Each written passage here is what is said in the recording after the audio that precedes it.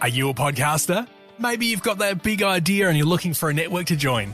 The multi-award-winning Ozcast Network can get your content to eyes and ears all over the world. Join now for the first month free, and you could be featuring this sound at the beginning of your podcast. Ozcast. Simply head to ozcastnetwork.com for details. The Bachelorette and friends want to acknowledge that this podcast is recorded and edited on the stolen lands of the Kaurna and Paramount peoples. We wish to pay and give respect to all Aboriginal and Torres Strait Islander peoples, past, present and emerging. Sovereignty was never ceded, always was, always will be Aboriginal land. The Bachelorette and friends. From first love to happy ever after. What's that? From dating to dick pics. Oh my. Oh no! The Bachelorette and friends.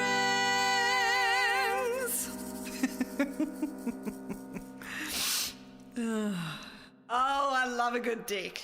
Hello and welcome to the Bachelorette and Friends.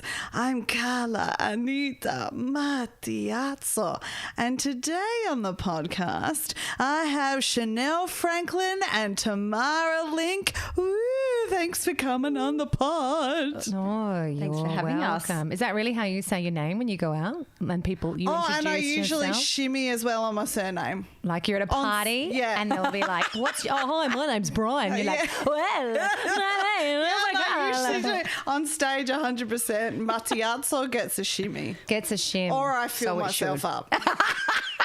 One of those ones. I hear One of you. those. Very And good. at the very least, the nipple tweak. Yeah, well, Just to add I the haven't inflection. I usually have a corset on, so it's too yeah. Can't thick get to through it actually to get to get- the nipple. Yeah. But that's something I'll think about moving forward. Can you both remember your first crushes, whether it be celebrities, Sure. unrequited love, whatever? Some people just stick to I had a crush on this celebrity and that's where it ends. They didn't ever have any crushes on human beings that they Yeah. could physically touch. Yeah. So either or is completely fine. Okay. I feel like the person that I did have a crush on when I was 4, my first little boyfriend, is so boring. So I loved Dieter Brummer. Oh yeah, from Home and Away. Yeah. Yes. And I loved then Jesse Spencer from Neighbours. Why Why do I know this? I don't So know. I'm weird. glad you're helping Spencer. me. I love the way that you said Spencer. Spencer. And I look at them back now and I go, oh dear God. What was that? What the hell was that? But I Jesse thought that- Spencer? But I was never someone that would cry. I remember thinking about this. I never cried about celebrity men. Yeah, like I was sure. never like, I love you, like the Backstreet Boys and Yeah, things. yeah. And all the girls in the class would, and some of the boys probably, loved like Nick Carter and things like that. And I would just say, oh, I like Nick Carter too. But I don't know if I did. You're just trying to join on Yeah. in. See, if we're talking about Backstreet Boys and the boy bands, I always had to go for the oldest member of the band. Did ya? Why? Don't know what that says about me, but that's what I did. You're liking the older men. Yeah, it's the theme. Yeah, right. Okay. I did lick a Justin Oh Timberlake my God, if poster. we were going to say something else. I did lick a dick when I was really young. But that's another story. Anyway, let's go back to Dieter Brummer. Lady. Sorry, what did you lick? Well, she didn't even hear who I licked. Now you can tell us. My poster in the room of Justin Timberlake. Oh, yeah. I licked yeah. like, oh yeah, lick him or something on the poster. Oh, which had a big- part of the poster are we talking about here? Yeah, just the mouth. Oh, okay, because that's sure. how I thought French kissing went. Okay, and then there was a great. wet mark on I was there, going and to then say, there's was there a big wet grease So I fucked the spot on poster up. there from after you've Get had to get another one. your Shit. chicken wings and you're licking. Oh, I licked the mic. Sorry. That's a bit gross. Oh, we're off to a great Who start. knows This who is else excellent. has touched that? Anyway, who was mine? Well, I went to an all-girls school since reception, right? Until year 7. So I never saw boys because I had no male cousins. I had no brothers. Oh. Very female-heavy family. Wow, that's nice though. Yeah, I agree. well, yeah, maybe. But also when I saw a boy, it was like seeing an alien. Like it was like, "Wah!" like crazy. So my crush was actually Fred Savage from The Wonder Years on TV. I don't know if you remember that show. I can't picture what he looks like. No, I can't either. You can't. He was in Austin Powers. Okay, I'm showing my age now. But Fred Savage, he was in this show and he played a young boy and I was obsessed with him. And I feel really bad because one day I had a dream about him, like a sex dream when I was like 9 or 10. Oh, yeah. I know who that is. We've We've Googled. Do you know him? You Googled it? Yeah, Fred yeah, Savage. yeah. I had this where I had a it's dream. this little boy. Like, he was a child. Oh, Yeah, child star. Yeah, he's cute. Yeah. He looks very safe as a little, I get that. But I had this dream that he was jumping out of a window and I held him by the willy to save him. And I woke up feeling really ashamed of myself and like horrible feeling. Like, oh no, I'm such a pervert. Oh, yeah, but private that school would have been the first thing to grab. I get it. To be fair, she saved his life, didn't she? And he would have loved it. I still remember the dream in my head. Do you ever do that? You remember a dream Yes. from years ago? It's weird. Yes. Do you have any reoccurring dreams? Because I definitely used to have reoccurring ones. Do you? Yeah. Like which what recurring like dream? worrying that it would be one of my pets and they would die and then I would wake up devastated feeling like I didn't horrible. look after them properly because Yeah. we had lots of pets as kids, but that was just a Because they kept dying. Buying new ones. No, we just had heaps. We always had lots of pets. And I remember this dream, like it would be maybe once a year, roughly. Yeah. And I would wake up with this massive sense of guilt, like I had murdered my Did pet. you ever have people like either your mum or your dad say to you, look, if you don't take care of them, they will, like, you know, there's that, not threat, but just reminding you that you need to feed the animals and take care of them because they'll die otherwise. That's a good question. Do you I don't know, maybe. So it puts it in your subconscious a bit, and then you're thinking, if I forget to feed Rufus the dog or Jane the guinea Someone pig, will die. someone will yeah. Or you could just save him by pulling on his willy.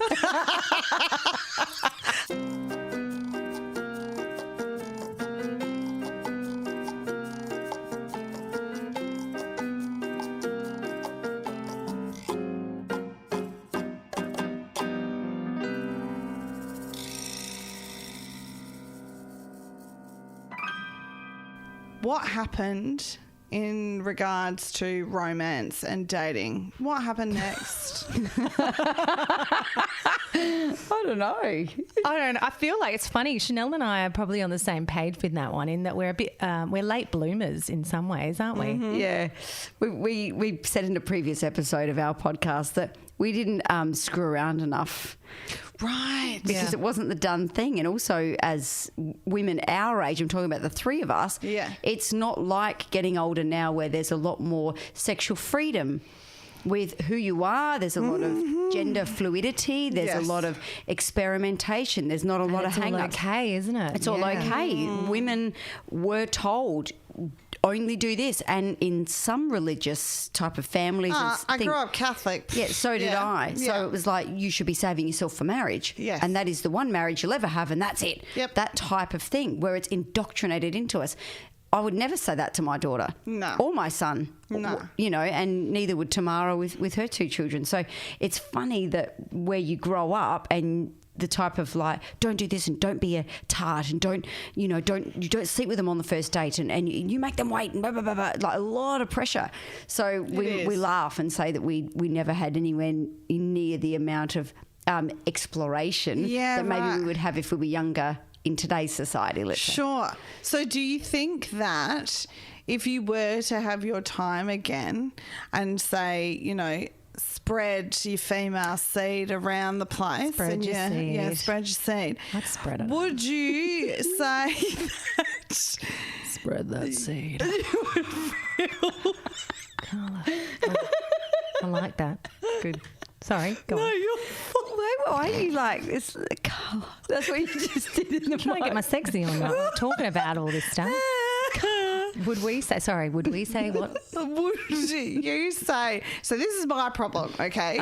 I'm very much an empath and hard on my sleeve situation, right? That's me. And I can't do the let's just fucking no feelings. I can't do it. No. So do you think that you would fall into that category if you had your time again, or would you be like, let's go, touch all my bits and my vulva and my whatever? I was like that back then, as in I didn't wear my heart on my sleeve, but no one would have sex with me, really. Really? No, not really. No, I asked someone once. And he got all flustered and weird, and I was like, oh, for fuck's sake, how hard is this going to be? Yeah. You know? Oh, no. How old were you when that happened? When I was younger, when I'd probably just started uni. But I think it was the decisions I made and the people I surrounded myself with, because I did a music degree. So primarily surrounded by females, again, gay men, and maybe 2 or 3 oddballs who then you would have a crush on. Where did you do music? At the conservatorium. Oh, so did I. Snapping doodle dandy. Did you do jazz or classical? No, I did classical. Yes, so it was even worse. Well, then you know. I mean, if I don't know what year you graduated, if it was any different, but a lot of females, exactly the right? goddamn fucking same. Yeah, well, I'm using that as my excuse. So stuck in I'd be doing like I don't know why a gay man wouldn't want to have sex with you. I mean, why not? Well, I tried even the gay men. I was proposing to them. I'm like, look, I'm desperate. You were I wonder proposing? why. Actual proposing? I'm like, come on, just give us one. You can just pretend I'm a boy if you want. Close your eyes. She looks like Hanson. I can put my hair up, wear a wig. Come on. Put a hoodie on, put a beanie on. So how did you graduate and have your sexual debut, because virginity is a construct? When did, or is that too, like you can say fuck off, I'm not going to answer that? No, I think I was quite extreme. So it's funny. I think I was kind of like quite naive and innocent. But then when I did stuff, like anything, whether it was sex, drugs, rock and roll, all that, I went like 203%. Right? Sure. So I kind of lost my virginity. I hope Mum's not listening. Kind of at an orgy. It wasn't really, it was maybe, like a swinging type place, like a party I didn't realise was actually a bit of an orgy type place. Right. So you find yourself quite innocent. Quite innocent, right? You're like, ho-hum, what a fun party. I'll have a drink. Oh, there's people having sex over there in the spa. Isn't that nice? Yeah. So falling into these things. Fucking hell. Or, that's hilarious. Or trying things like drugs in a place that maybe you shouldn't, like Bangkok. Places that maybe I didn't ease into things. I just went hell for leather. In Amsterdam, I had that, what's that drink? Oh, that hallucinogenic drink. I don't know. I haven't been to Amsterdam yet. Absinthe? I think that's the one. The fairy one? Yes, the it's green from Czech. fairy. Oh, my Czech God. Republic, yeah. What happens? It's just weird. And I was sick. I remember, because I would categorise myself as being pretty fun and happy-go-lucky, right? My first try of weed was in Amsterdam. I thought, when in Rome. So I walked up there with my mate, and we were on a Katiki tour, and this woman like kind of leant over the bar and thought, these two are young rookies. And she went, right, this is what I recommend. Half a cake each, in a real Aussie accent. No, I don't know what accent she had, but it wasn't the way I was.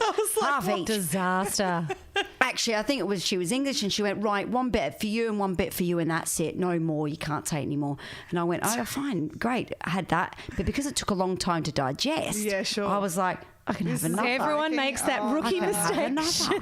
So I had another. And then I had a couple of tokes, and I'd sucked at that because I couldn't take it back. I was never a smoker. So I'd be the person to go, boom, and like cough it up. Then I had half a space cake, and then it all happened. I seen big babies' heads in the window, and that's when she lost her virginity. Pop that cherry. Pretend. Or did she? She doesn't know. In a dream. That's a bit scary, isn't it? Yeah. But that was my first dabble in those kind of things, and because I had to digest it, I went a bit too far too quickly and shat me pants. Not literally, figuratively speaking. I wish you had. Makes for the best story. Yeah, it does. A druggy poo pants story. Great. Oh my God, revealed so much. Why? I didn't shit myself. I was just Me either. scared. Me I was either. paranoid. So what it started in me was paranoia. And ever since I've gone, well, obviously that doesn't agree with me.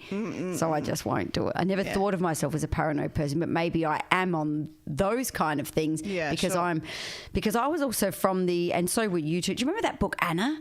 About the 15-year-old girl who took an ecstasy tablet and died? No. Hang on, a story? It's a story. Her mum wrote it. Oh, She was a young girl called Anna. I can't remember her last name, but it was her mum wrote this book on her daughter's life, basically saying this could happen to you.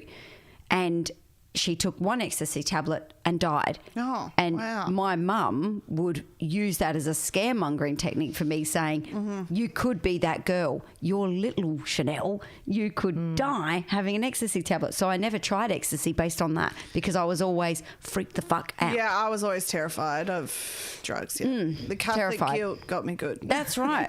And now... Yeah. Oh, no, I don't. No, I don't either. Too terrified. Alcohol, yes, have a good old fun time with alcohol, but not hard drugs because I was too scared the effect. I was terrified. I was terrified of not having control. Yeah, not knowing what was going on. I don't know about scary. you, but I sort of feel like I don't need it really. I don't need it. Not now. I feel like if you're kind of I never did need it really. if you're good at having fun on your own, that sounds so lame. No, But no. you know, I could feel have like, a good time. If anything, it would dull myself. I'm fun by myself. I love hanging out with me. I'm a good time. Jesus. Yeah, get high on your Ronnie. own supply. Yeah. Yeah. So, High yeah, on life, drunk on friendship. Yeah. Oh, hello. I love it. I love it so much. That's hilarious. Yes. Did you have any experiences as a young person in regards to relationship or dating where you wish you played a different role in that scenario? Whether you didn't, so there was times where I wish I stood up for myself in situations that I wasn't comfortable with and I didn't have the gumption or the confidence to do so because I'm such a people pleaser and really had an issue with that. Is there something that you wish you could have played different? Many a times.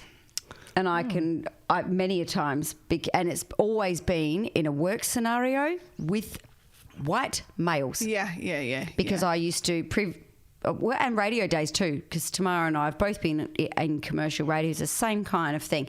This egotistical white male, it doesn't have to be an older male. I worked for a lot of sporting clubs before I worked in radio, and I was treated like shit. They would the players would come behind. I started off at administration. I worked my way up to marketing and then got the fuck out of there. Yeah. But they'd come behind the desk and massage my shoulders. Don't stop it. Oh no, honestly, and it's very triggering. I don't like toxic masculinity or that energy because it takes me back to those places where I didn't feel I could stick up for myself because they were players and they were the king dick of the club, let's say, and I was just a little receptionist. Yeah. So I could just get sacked straight away and it wouldn't matter. If you said anything, In radio, the sporting clubs were worse. The toxic masculinity in radio was more trying to people please so that you didn't lose your job and you could climb the chain and get a career for yourself.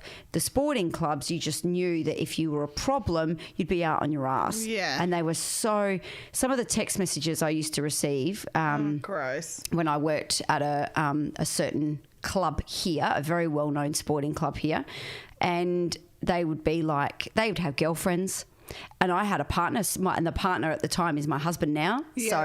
And I used to feel really dirty, like I'd had an affair. Yeah. And I'd show Dan the text messages, and he'd be furious, and they'd literally be like, "Your tits look great in that top."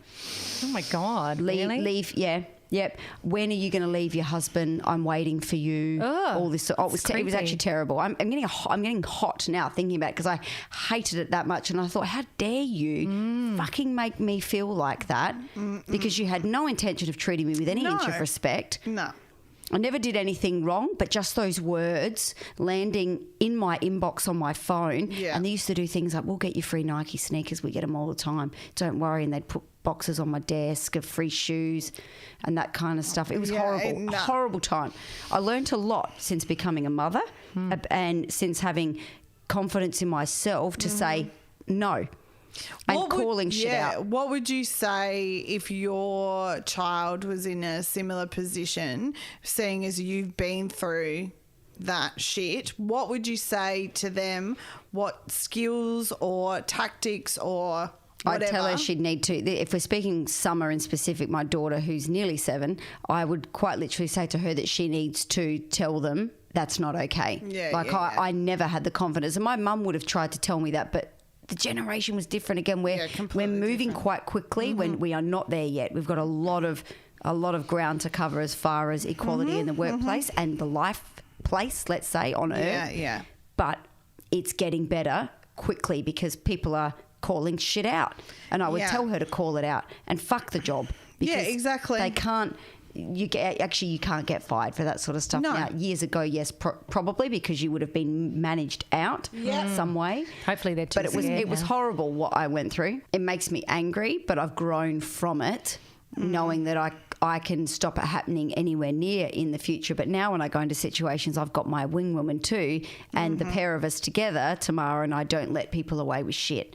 Not to be egotistical, but just because if we're giving you respect, it's reciprocal. Yeah, and I think something that's really important that you voiced there is that back then you weren't able to, and there wasn't the support that's around now to help people get out of those situations. So when you hear, like in the media or some people commenting on social media, like when people come forward years later after physical, sexual, whatever, assault, abuse and whatever, and people make the comment, well, why did they wait, blah, blah, blah. And there's still a lot of victim blaming and shaming as well. There is. That still happens. Because people feel they can't. Yeah, exactly. That's what it is. Yeah. Until there's a point where often it's a contagious thing where people feel that if someone else has done it, they have the ability to do it as well. But yes, and it's platforms like this that, i.e. podcasting, where you can talk about this sort of stuff freely and not care about it. And that's the way that anyone that has suffered that kind of inappropriate attention, bullying, those kind of things, is able to get better at it because they can get even in their own way and build their own self up. Shame is the worst thing possible for anybody. Anything correct. At all. It achieves nothing. But destroys your soul. Yeah, it does. And I think the older I get, you call shit out as you see it. Yeah. I used to be so fearful of rubbing somebody the wrong way, or they might not like me if I stand up for myself, or if I say something's not okay, or it's easier to giggle something off and physically remove myself than to have to confront. But now I'm all about, okay, I'm uncomfortable in this situation. I have two choices. I either just remove myself, or I say, what you've just done is not okay, and get out of there. Yeah. Sometimes you find, though, that someone does something quite shocking that you, in that moment, you freeze.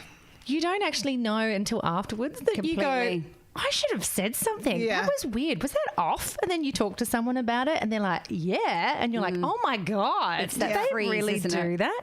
Yeah. You kind of think this is normal because they're making it quite normal, whatever the interaction is. But I mean, I tend to go with that. Like, I don't think I've actually said before. And I'm Stop. angry at myself. You Don't punish do this. yourself for not doing it, for sticking up for yourself, don't you? Yeah. And then you lie awake at night going, oh, I should have said that. That would have been awesome. Yeah, exactly.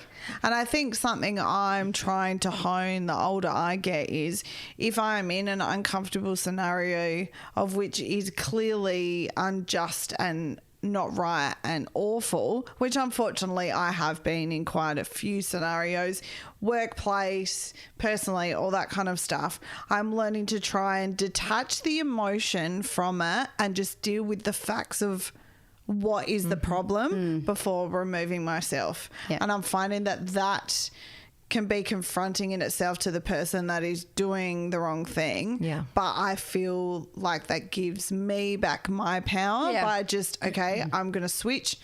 Like, put a wall up. I imagine putting a wall up in front of myself and just addressing the issues and then walking away. Yeah. And that's when I find people listen more rather than, because, you know, we've got this such thing as women where, oh, we're hysterical or we're whatever. And the only way sometimes that it can compute is if you just shut it down, say the shit and get the fuck out of there. Yeah. Yeah. We do have that and half the emotional time response, saying don't we? nothing as well is powerful, isn't it? Just fucking stare at them. Oh, is it? Well, can you imagine if someone said some awful comment and you just go blank on them? Yeah.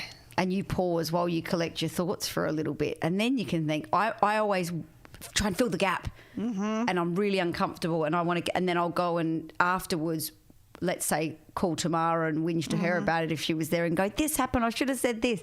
Or something like that. Yeah. Can you go back later? I'm talking like a week later. Look, I'd love to just go find that person. What if it's a random stranger? Yeah. You go back into the supermarket. Hey, I've been looking for you for a week. You see them in the chip aisle. Yeah. And you're just like, hey, You're you know a how you did fuckhead. that weird thing? I've got something to say to you. And you just knock all their shopping out the way. You do something like that. Take it out just like the can of Just Milo. throw it out. Yeah. Slam Bit by on bit. the floor. And the milk. But it doesn't explode. But I You think suck. saying nothing, I've noticed when you say nothing in a combative situation, the other person usually unravels themselves. And That's what I'm saying. Yeah. That's what I mean. Sorry. Yes. Yeah. Yes, I've done that on a couple of dates. We're for sure. getting better as women because we're listening to our each other's, like our sisters, and we're listening to ourselves. So we're getting better at knowing these things and having the gumption to stand up, whereas years previous that none of us felt strong enough. Yeah. Now we do. And I think there was a lot of fear of repercussions. Of course. Yeah. That's right. A lot of fear of repercussions. So you say you do dating at the moment. Are you dating people? I'm very single. Dating, I'm terrified of it now. Like, I don't know what it is. Yeah. But I feel like if anybody tells me that they reckon they like me, I just don't believe them. Yeah. Well, why would you? It's not. I'm not saying why would you. Yeah, but I just don't it is believe hard them. to You believe. believe If you've them. been in Yeah. a relationship and then you come out, it's hard to then. You see the world through different glasses. That's what right? I agree with you. Yeah. Yeah. You definitely do. And people seem to be, from what I understand, intellectually, seem to be quite disposable in the dating game. I don't feel comfortable on online dating. Done it like a handful of time for 48 hours over when I was last single for like 5 years, and every time I download the apps, it would be 48 hours and I'd be like, oh, I need to get the fuck off this. This is awful. Yeah. Just, you know, people catfishing you, people not being safe on dates, people being quite aggressive if you don't give them what they want sexually, like horrible. really awful Yeah. experiences. So I went, I'm never going to do this ever again. That's not how I'm going to find Meet my someone. person. So, yeah. Have you, either of you had... Sorry, we flipped that on you then, No, didn't we? that's We're fine. interviewing you. No, you're fine. It's You're like your fine. dating No, life. it's fine. Yeah, so I'm terrified at the moment, and I would feel like I'm cheating on my ex if You're still in that space. You're in that space. Yeah, I can't. I'm still trying to heal my heart from the situation. Yeah. Fair enough. Yeah. Take as much time as you need. Yeah, but then the problem is, I'm 37 this year. Right. I don't have children. Really want to be a mum. Don't want to do it by myself. Yeah. That's the problem I'm Yeah. now in. That's right. It is hard. So it's a bit because scary. You can't choose that. You know, when people say things like, oh, haven't you found someone? Oh, don't you want kids? It's like, well, it's not really my choice. Yeah. Yeah. Sometimes Yeah. it's not people's choices. Absolutely not. So Absolutely not. And it's the oldies as well. They say some curly ones. they're not thinking. They're not thinking. No. Being in a relationship with the right person, as you know, is a brilliant thing when the person's right. There's a lot of people that I know in my life that are in a relationship and they're unhappy relationships. Yeah. They have either fallen out of love or there's forms of verbal abuse, those kind of things. Just generally, like there's happy marriages are, you know, it's a case by case basis, isn't it? Really. Yeah, it So is. whether, you know, my sister-in-law in the UK has recently just met someone, but she was single for quite some time, and she didn't want to be single. She wanted to meet someone nice, but at the same time, being single and not being with absolute drongo is a blessing as well. Yeah. So there's good and Be bad picky. to both, to being single and being in a relationship. If you're single and avoiding shitty relationships, great. And you also have that freedom to do what you want to do in your own time, Yeah, etc., correct. etc. Yeah. You're your own person and you can grow a lot as a woman in that space. If you're in a relationship where it's a good, nice balance, support for each other, love, fantastic. If it's the other way, you are trapped. Yeah. And a lot of women feel trapped within their marriages because they either don't have the occupation or the money to sustain children, or the fact that they feel that they're just unhappy, you know, all those things. Yeah. So being single is not the worst. Being married's not the worst either. Okay. All depends, so yeah. How did you know, both of you, that you wanted to marry the person that you were with? How'd you know? Don't know. I think. Oh no! Well, Kai asked me. Funnily enough, he did it in a really sneaky way. I was with Kai, my husband, Tricked you. for about 2-3 years, and he said one day we're driving along, and he goes, "Do you want to buy a house together?" I went, "Who asked someone that?" Whilst you're driving That's so along, jarring, I'm like, "What?" Because to me, that means you see yourself with me for a long time. Yes. I think a mortgage is more tying than a 100%. A ring, yeah. Than a ring, yeah. So that's how I interpret it. This guy's sort of was quite clever, really, right? Because I went, "Oh, maybe I will," and I said, "Yes, I will." And then we bought a house together. So I think by the time he did actually ask me, I think I kind of knew it was going to happen. But actually, maybe I was trapped because maybe I didn't have time to think about that. What was I going to do? Say no because we're living together in this house with a mortgage. Who my knows? God. No, but it's okay. It's good. So I don't know. I think you must just... It's a subconscious thing on some level. You know, I get that some people probably are in a relationship and they kind of figure, oh, we're with each other, but I don't know what else would... I don't want to break up with that person, but I'm not really into that person, but there's no good reason to leave them as well. That can also be a hard thing. That's not good. Which is even harder than if someone's a dick and then you can just say, oh, look, I don't want to be with you. So I think that sometimes can happen, and hence why you sometimes have those marriages where two people, you think, do they even really know each other? Yeah, do they even like They're kind each of other? bagging each other a bit. Yeah. Oh, well, no, we'll leave him at home. I'm going to go out and party. Yeah. It's like, Leave her, the whiner, at home as well. like I don't talk to my husband like that after like 12 years of marriage. I don't say, oh, yeah, leave Kaya home. Let's go party. I must admit, we make jokes at blokes' expense as a collective. Like, Yeah, they it's all different. want sex all the time, or they all, you know, we kind of bag them all up like that. But I don't bag Dan as an individual. No, I know. But No, yes. bagging's quite normal. Yeah. It's an Sometimes everyday a bag's occurrence. nice. But it's that. But some of these women mean it. They're like, "Don't worry about Dennis. I don't give a fuck about him. I'm just gonna fucking stay out till 4 a.m. Fucking, I'm not gonna call him." It's exactly how they say it. Exactly how they say I don't know who's saying it like that.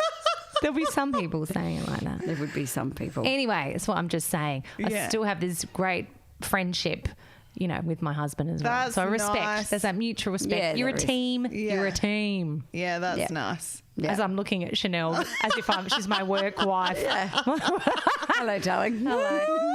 Sorry. So understood by you, sweet pea. Thank you.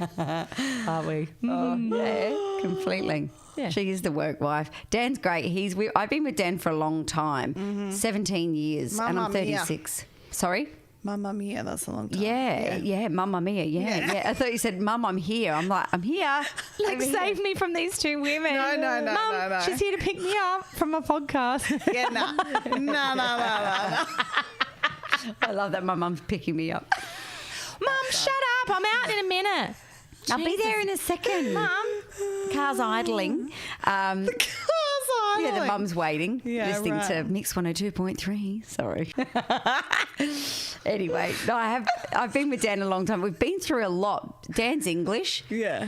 And we went through, you know, the immigration to get him here, but also the fact that when I lived in England, he was my support and I'm his support being here. So we've been through a lot. We've travelled together. Sure. So we've done. It wasn't the you might sometimes take for granted when you live in the same country as someone. Sorry, the same state as someone that.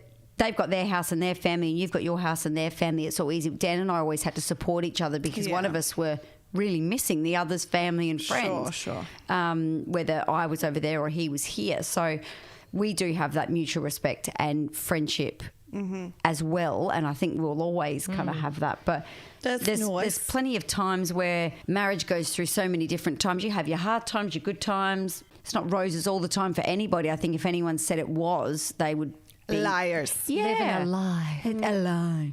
But it's, you know, you look at the things that are wonderful about that person, or it's a good team, then that kind of makes it. I think you need to, as a parent this day and age, it's impossible because the woman is not just staying home. She's allowed to chase her dreams too. Yeah. And her work. She shouldn't have to give up all of that. And I think that's where it looks very different this day and age to what it looked like many years ago, which was you give up your career when you have children and that's it. Yeah. You may have a chance to go back to it later, maybe, depending on what you do. Yeah. But you may not. And that's your life. Whereas now that doesn't exist anymore. Yeah. You can change course at whatever points. There are still some peeps that run under that old model for sure. Yeah. Yep. And they're probably, it's a dying breed. I think there's a lot more for women now to do, but correct. Yeah, I think the society puts a lot of pressure. So, you know, when you've relationships and kids, there's a lot we were only talking about this today, jamming in so much stuff into your day. Yeah. So I think partnerships wear a lot of stress because you're both trying to do a million things all the time. At once, yeah. Money's tough. You know, those kind of things. Interest rates have just gone up again. There's a lot of things that partnerships have to wear and get through. Lots of storms. You know, someone asked me the other week, a new person that I met, they didn't have kids, had been married, and I was saying that my husband was an engineer and I'm a performer, and they're like, but what do you guys talk about? They were wondering what would we talk about being the from common different... ground, And I was like, I said, we don't have time to have a fucking conversation. Like, we have kids. Like, there is literally, like, there's 5 minutes here and you're like, have you got the thing? Here's I got the thing. Should we going to take it? Are you going to take that? You're going to do that? And then when we do, there's freaking loads to talk about. So I don't think we're ever bereft of a conversation. It's just... I think we have to remind ourselves that we don't just coexist with that person sometimes, because that's when a marriage can go down, I think, or a relationship, a slippery slope, when you get to a point where did we lose ourselves along the way because we're in doing mode. Do you think that comes into play a lot when you have the children? Oh, yeah. Yeah. Oh, yes. Because the mother, it's innate in her to flip her attention from him to her baby. Yes. So I've had a lot of friends. Or her partners, the partner that hasn't carried the child. So I've had a lot of friends that have had partners that haven't had the kids respond very differently to the postpartum? Is that what it is? I've had some unfortunate friends of mine who have found out that their partners have cheated on them during that post 6 week thing because they're not getting their needs met because the mum is focusing fully on the baby. Like, I don't understand. That's pretty awful. They weren't prepared. They weren't prepared at all, meaning, like, as well, get a fucking grip of yourself, mate. Yeah. That's the other thing. But that can happen later on too. Yeah, of course it can. Like, I remember my parents are divorced now, but one of his gripes was, you didn't spend enough time with me. It was all with the kids. And my mum's response was, well, if you'd helped out more, I'd have more time for you. Yeah. You know, so... I think you're so busy, and I mean, there's only when you have a baby, I mean, it's just your sole responsibility to look after that baby. It relies on you. Your body's been through so much. And then I think if a bloke is to turn around, particularly after that 6 weeks, and not support you, you're wondering how deep their love runs really for that person. Exactly. If you're not connected to a person, even if, let's say, you're not in love with them, you love them and cared for them. Yeah. How can you couldn't leave that person alone. Plus, you've got this baby that's yours. Like, I just think, what? how I don't were you understand. disconnected all along? Yeah, I think it's like there's been like 5 or 6 friends of mine that have been in that scenario where either the partner who hasn't had the baby has been like, right, this is the date when 6 weeks are up, you better be ready, or or go off and find either other people or whatever. And it's just like, why the fuck I'll did be you honest get with married you. and have children? I wasn't ready at the 6-week mark. I had 2 very, very quick labours, frighteningly quick, that I thought my vagina just exploded. Yeah, right. Fanny on fire. Fanny on fire and then some. And I wasn't ready at the 6-week mark. Yeah, exactly. Now, I know in my heart can trust Dan that's, you know, some couples are not monogamous, and that's fine if you're both on the same page. Correct. Absolutely fine. Dan and I are monogamous, and he was and still is very supportive. But it's just, I think the difficulty is remembering to connect with that person on an emotional level before you get so far down the bloody daisy chain and you've gone, where did I lose myself along the way? Where did we lose us? Because it happens when you've been with someone for a long time. Yeah. It might not necessarily mean I know quite a few people just through, you know, chatting to different people that they've split up with their partners and it's very amicable and they have a good relationship each for their friends, but they support their children. That's great. But also, you know, it's a difficult time for anyone to go through something like that. So you almost think you want to clock yourself and your partner before it gets to that point. Yeah, I think I find it really difficult hearing that when people that aren't birthing the kids are it's just so goddamn selfish. Just focused on, well, I haven't gotten my fucking needs Getting met. the rocks off. Yeah. When Blue your ball. partner, that's such bullshit. It is. When your partner has gone through such a dramatic physical experience, carrying the baby, birthing the baby, like, are you joking me? Like, what do you mean that you are frustrated because you are not getting what you want sexually? I don't understand. Your partner has just sacrificed so much for you and your focus is just about and her getting life off. will never be the same. That's right. But also as the woman, what about your needs? And not that you're feeling like you want to have sexy time straight after birth, but you're also going to be missing for a period of time that feeling of feeling sexy and wanted as well. Yeah. Like you might want to feel like, oh, gee, I'd love to slip on some, whatever your thing is, slip on some lingerie or just feel sexy in my body and all that. But you're Feel sexy in your body's the big thing. Yeah, you're changed too. So, but there's nothing you can do about it at that point in time. No. But no one cares what you're going through. No. Do they? And you almost don't have time to care yourself because you're so preoccupied looking after your baby. Yes. But even if you did have those thoughts, it would be like, oh, for God's sake, you'd be shamed in it, wouldn't you? Yeah. You'd be thinking, That's right. women have a hard task. Can't we? No, you can't. What do you wish you knew before you had your first baby to what you know now? In life in general. Oh, just in regards to motherhood, what do you wish someone had said? Because I know we still live in very much a culture where we don't necessarily say the real shit of what has happened. Like a lot of my friends still don't talk about their birthing stories or whatever, and they just want to keep it, which is fine. Everyone's up to that's up to everybody's, thing. But I always assumed as soon as you have had kids, that was it. That's kind of the end of you being you. And we've talked about this a lot before. But also you're just going to you'll be really unfit. You won't take care of yourself. That's, you'll just suddenly age really quickly. Your career's be shit. Everything's, out the window. You'll be looking after kids. You'll be tired. And I was actually surprised to feel that didn't happen.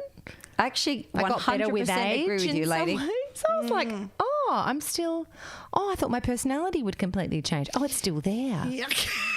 Yay, win. So It's like Grace and Frankie. You're good at she's obsessed with that Grace and Frankie show. Have you seen it on Netflix? Yes. Yeah. Freaking great. They're very funny. Obsessed. There's something about those two women at that point in their life doing what they're doing, whether they're making vibrators for people with arthritis or toilet lift-up seats, I don't give a fuck. Or they're smuggling arthritis drugs from Mexico to wherever they live. My point is the fact that they had a new lease on life at late 70s together and they were best friends and they realised that they had other partners and things like that, but they were both single at the time, and they found each other as companions. Yeah. I think that gave a lot of women permission to know that they could do that if they wanted to in their later years. Yeah. Be with a friend and live a really happy life, and also that there is lots of life to live. Correct. So I'm completely agree with what you're saying. right. And seeing those two at that age doing that, I think gave even more length to what Tamara's just said, which is after children, you still have that and realise, oh, wow, this is great. This is good. Right into their 70s, 80s, they still got that. That's right. Like, you don't That's have to let yourself go. And I mean, let your old self go. Yeah. You can still retain that person. Where do you think that narrative of, I know where I've got it from, but the narrative of once you're a parent, then forget about who you are, what you want, your dreams and all that. Where do you think that narrative comes from? The older generation. People, Baby boomers, what you see, that's 90s right. movies. It's not just your parents. It's, 90s movies. It's that generation where they all kind of spoke like that, didn't they? Yeah, it was like, oh, don't do that anymore, that whole thing, or you don't do. Yeah, don't look at that dolly bird. do it before you have kids. That was a big thing. Do it before you have kids. Your life's over once you have kids. Yes. I heard that a lot. Yep. Yeah, I think it's that generation and witnessing that back in the day. Yeah, but also how we're portrayed in the media, women. It's only now you're looking at women, like you were just talking about Grace and Frankie. Older women are not represented in media and in films, in series. And it's only a recent thing, right? We That's still look why at it took older off. women as, let's not put them in a movie. They're playing like the mother-in-law or the mother of the bride, or they're never the lead in the bloody film, are they? No. Until you've got like Andie MacDowell and Helen Mirren and all these wonderful women. But that's hard as well, to change that thinking, because I think we think as women are getting older, I even think it sometimes. I'm like, I want to find them sexy, but we're all. But that's the patriarchy, though, right? Completely. Happy to find a silver fox sexy. Yeah. But an older woman. Yeah. We think differently because we're made to think or taught to think that. Or it You're would so be right. like an old dude in a movie, but someone like 20 years younger, and that'll be okay, but it won't be age appropriate couples. Like usually in films they cast much older dude with the Yeah. And if they do it the other way around, it's a comedy and it's she's a cougar. Yeah, she's crazy. Yeah. She had to be labelled something. Yeah, exactly, because otherwise people won't be comfortable. And it's not normal. So we need to make it normal, I think. But I think it's hard to get out of that thinking, because I admit I think like that. I still think, I got to fix myself because I'm getting older. But I wish I didn't think like that. Yeah. You just got to practice. It's hard, not doing isn't that. It? It's hard. It's hard. So what parting words of wisdom would you give to your children when they start dating the peoples? I watched a reel and I really liked it on Instagram, and someone stopped some life coach or something like that and said, what do I do? My daughter's always on the internet all the time. What do I do? What do I do? And he stopped and he grabbed her on the shoulder and said, you can't stop her going on YouTube watching shit. No. What you can do is fill her with confidence. Do the work on her. Don't do the work on stopping her watching it, because you aren't going to, because there's too much influence around at school and with friends and things like that. What you can do excuse me, what you can do is pump her up. Let her know her self-worth. So that would be my number one thing for me to teach Summer and Ollie, my son who's 4, would be their self-worth. Yeah. Knowing that it's okay to love yourself and not be up yourself. Yeah. So I remember that was another thing that was taught to me, like, don't be up yourself. Yeah. But I was you are allowed to back yourself. Yeah, correct. There's a very big difference between someone walking in a room with a bunch of arrogance, narcissism and entitlement, and somebody that walks in a room that is confident in their own abilities. Yeah, and knows who they are and does it. I think the way that you can tell the difference and is when people constantly tell you what is good about themselves. Exactly. Well, Instead you know of what? just I was going to say being- remove ego. That's where you can tell when the ego slides along the side. When there's no ego, Yeah. you can see it's coming from a soul perspective. Correct. When they say, I'm a nice guy, though. I'm a nice guy. but you're fucking not. Yeah, because I had this and I do that and I've got this Yeah. much blah, blah. And Yeah. oh, God, that's horrible. Yeah. The more somebody tells you they are something, like, you can trust me, I'm trustworthy, I'm a trustworthy person, you can trust me, you can trust me, you can trust me. Like, the more somebody says They're trying that, to convince themselves. Yeah. The more you're like, you're not a fucking trustworthy person. Otherwise, you wouldn't need to fucking tell me. Yeah. You know? Yes. Sorry, Shanelle was pointing to me like she's implying that I'm that person. No. But she was meaning something else. We've had these conversations literally when we've spoken about people like saying, I'm trustworthy, you can trust me. Nah, fuck off. Yeah. So, yeah. Nah. We totally understand. That's a big red flag for me. Yeah, and again, like you were saying before about that, I'm a nice guy, but I'm a good guy. I'm a good bloke. Like, no, you're not. Yeah. If you were, you wouldn't feel the need to Explain yourself. state it 1,000 times. That's right. I'll decide whether you're nice. Yeah, just Everyone be a else person. will. Just be you. And I'll work it out. That's it. And if you're not, then fuck off. Yeah, Like, don't it's give me the fine. instructions. No, It's fine. No, It's fine. No, not at all. Not at all. Not at all. I think people don't give themselves enough credit with how well we can actually read someone. People go, how do I know that? How do I know? You deep down, you know. Just breathe and reboot for a sec.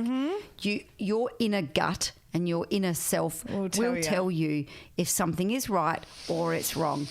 And someone, very simply, if they're leading by ego, is not a good person to be around. No. Until they sort their shit out. Yeah, correct. I think that's very important because I think we are also so indoctrinated to not trust. That's right. Because our own Instincts, yeah. instincts, because you can't really intellectualize why you feel that way, so really maybe you might be wrong. However, it should be the other way round, that if you are going, I can't work out what it is about this person that I'm trying to get to know romantically, or any person in any situation. Yes. I can't put my finger on why this person is either making me feel really drained when I leave them or something is off. Something, your intuition will always Tell you. Even if you can't intellectualize it. No. Your gut's going to go, something's not right here. Yeah, it's like there's this courier driver that drops stuff off at my husband's work a lot. Right. And there's something about him that I just don't like. And he's never said anything horrible to me. I mean, he's made a few like sexist comments and jokes. Okay, sure, that's great. And that's a good start. But I think there's more than that as well, you know? Like you can tell some people, okay, whatever, I can leave him. But there's something not quite right. And I'm like, And when I see him, I just put a big wall up and I'm not myself. So all you need to do with that is know that you're feeling something. So you just trust that and remove yourself. If he comes to drop something off, Kai deals with it. Stick the dog on him. Stick the dog on him. Excellent. Yes. Okay. Yeah. Get the dog to shit Good right idea. where he walks. Yeah, perfect. Whatever you need to do. Perfect. But trusting that voice, knowing that if something doesn't feel right, it probably isn't right. Correct. It's Jiminy Cricket. Not being... My problem has been... If something doesn't feel right, I want to work out what it is. And then that means I stick around too long to find out what it is. And then usually what it is fucking horrendous. And you're locked up in a cage and then you know where to go.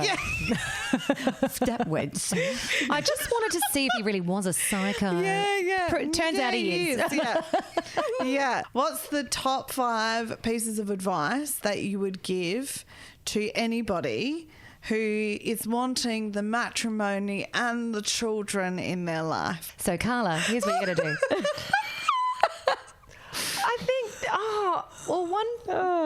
one piece of advice is it's easy to say, just go with the flow. Don't put so much pressure on the whole thing. That is easy to say if the time's ticking and you want children. But I think sometimes throwing things out into the universe, you like to manifest, don't you, Shanelle? Yeah, I do. Giving it space to come to you in good time without thinking and putting pressure on and looking for it everywhere. Yeah. Yeah. The looking terrifies me, so I just don't. Yeah. Well, you sound like you need a bit of a space to date yourself for a little while. And that's been nice, actually. I did read something recently which I thought was great. It was basically saying that some people, it's never an accident that we met someone. So, when people say it wasn't the right time, the timing is always right. So that person was sent to you for, whether it's a relationship, whether it's a working relationship, a friendship, whatever it was, that person was sent to you in order to learn from something, to grow from something, to work out how you can be okay with yourself, or you can learn from a situation of how you can do better and that you don't, and what you deserve, your self-worth. So it's never an accident that we meet people when we meet them. Yes, whether that's it true. is a sexual relationship or a platonic one. Yeah. So so that I kind of really resonated with, and I thought, whoever I apply that to, it makes sense, rather than going shoulda, coulda, woulda, as I said, friendships, romantic relationships, but just what Tamara said basically on things happen in their own time. Yeah, sometimes they do. we rush the universe to go, we need it now, but there's no, hang on, there's still more for you to discover first. Then we are having babies older. There's plenty of medical advancements that help us do that too. Life is not over at 37 or 40 or 41. A lady I used to work with, very inspiring story. She didn't, I know you said you didn't want to do this, but I still find her story inspiring. She got to age 48 or 49. Oh, wow. Still couldn't find someone, had her baby through IVF. Because she said it was cheaper to have him that way than it was to go through a divorce. Now, my point is her age, and that she never gave up on a dream for her. My sister-in-law, for example, wanted to meet someone, whether she has children or not with this person's irrelevant, but she wanted to meet someone to share her life with. Everyone's different, but now we have the freedom to explore that, I think, when the time's right. Where there's not this stuck on the shelf bizzo that we've always had told to us for many years. And this goes for women coming out of marriages and long-term relationships starting again as well. That there isn't really any. There is to a point where it becomes more difficult to get pregnant as you get older, but everybody's different. Someone that has problems at 30 might not have those problems at 45. Everyone's unique in that sense. That's true. So it's, I think, and when this is my favourite saying of all time, Maya Angelou, when you know better, you do better. Yeah, correct. Yes. Wisdom. I think that's what we get as we get older as women. We are wiser and we love ourselves for it, because we feel more empowered.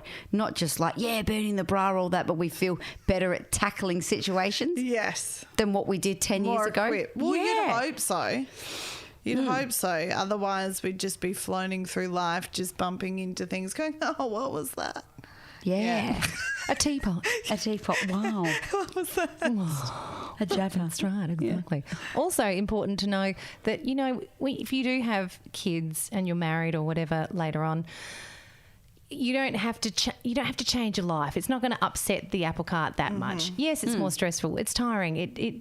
It's different because you're living with people. It doesn't mean you have to give up. It's going to sound so lame. Give up on your dreams. No, I You have to give up on what you want to do. Myself. That's right. Yeah. So don't think, it's too hard. Nothing's really too hard. You can change your own story. If you want to do it, you can do it. Yeah, that's true. That's true. Very good advice, Tamara Linke. Thank you. You know what? And one thing that I love is one of the most prolific painters of our time, Grandma Moses, didn't actually reach her point of being successful in her career until she was 80. Yeah, right. And that woman, bless her soul, she's passed now, but it got to the point where she was 80 years of age and then she reached her dream. So there's always time. There's always a long time to wait. Yeah. I feel like I'd be like 30s, 40s, hell. 50s. Yeah. I'd be like, damn you. And Grandma I'm 80. Moses was. But she got there. Got there in the bloody end. What do you think you'd be like as grandparents, seeing as we're speaking about grandmas? Well, funny you should ask. We do have these alter egos who are these two old ladies. Yes, I've noticed. Is this why you asked? That's why I'm asking. What a coincidence, Carla, because you know what? We know how we'd be. We're going to be bloody dirty dogs. Yeah. Who sit on the pokies and just play them. And look, we leave Literally our sit on the pokies is the only fun you get. Up your clacker, isn't it? Yeah. Hey, that doesn't die when you get older. Don't you worry about that. No, ring-a-ding-ding. I still like a little diddle every now and again. That's disgusting. On live radio too, saying that. On the live 5TB3. What are we on, Carla? I don't know. Ozcast Network. Nobody knows. Something like that. Yeah, probably. No, you know what? I'm going to be nothing like them. No, that's exactly right. They smoke some darts, they sit on the pokies and drink Chardonnay. I won't do any of those things. Rubbish everyone. Yeah, that's right. I'll probably rubbish people. That's fine. Because you do when you get older, don't you? I like to think I want to be glamorous. I want to be like, oh, darlings, hello. Suddenly I'm English. I don't know why. Don't you want to be I want to travel. I want to be a well-travelled, a wise woman. Mm-hmm. I'm going to wear sarongs. Yes. Yeah. Sarongs and all the sit time. at the piano and start smoking when I'm a lot later on and just eat cake every day. That's my plan. What kind of cake we're talking about? All the cakes. All the fucking A banoffee. That's good, isn't it? That's so good. I think our generation of women will be better when we get older because we've practiced breaking the mould beforehand. Yeah, I think the older generation now and still our mums are still, it's a harder shell to crack. Sure. But I think we're doing that work now where when we get older, we will know and still continue that balance of giving time to grandkids if we've got them, our partners if, they're still alive and well and those kind of things. Mm-hmm. We're going to know how Unless you've knocked them off. knock them off. Bloody shat you. Cyanide. Yeah, they shat you. That's why. And you knock them off. That's what you do when you don't like them. Oh, I'm not saying I've done that, but it's coming. Her husband's name's Bjorn. With a J. But she can't say the silent J. I've got Trev. It's Swedish. His balls are down to his knees. They're fucking annoying. Got to ball clip them up. Oh, that's a shame. Yeah. Clothes pegs would work as well. So we're trying to knock them off. Not get them off, knock them off. Yeah, that's fair. Yeah, that's what we do. And live trying to get that little whistle going. I haven't mastered. The old lady. So you two are going to be like Grace and Frankie. Is that what I'm picking up? She would love that. Yeah, look at it. It's her sick little face. Can't see me to record a podcast. I didn't do nothing. Sicko. It grosses me out. I refuse to watch Grace and Frankie. Don't want a bar of it. And I'm now definitely not watching it just because she tells me to. Oh, sure. Yeah, does she not know what she's missing? Yeah, totally. It's pretty good. Don't worry about Tamara. It's She's pretty great. I'm watching a few other things. I put it on the list. She would like to. She's a poor. The eye roller. She would like to live in a retirement, not a retirement village, but a beautiful beach house with me. Sure, yeah. With you? She? Yeah, with me, love. God, with me, love. Yeah. Beautiful. Jesus. See me every morning. You can put your rugs on your legs as you sit out and watch the sunset or the sunrise. Be great. Yeah. If we're not dead by sunrise. That's all right. I've got someone else I've promised to be Grace and Frankie with if you're, you can come round for dead. visits. Thanks, Shanelle. On that excellent note. Oh, God. Thank you so much for coming on, you two. You've been an absolute delight. No worries. It's been Thanks for having us. Thank you. Welcome. Thank you. The Catch-A-Lorette with friends near and far, from heartache to catfish and sex toys. The Catch-A-Lorette and friends. See you next time, if you dare.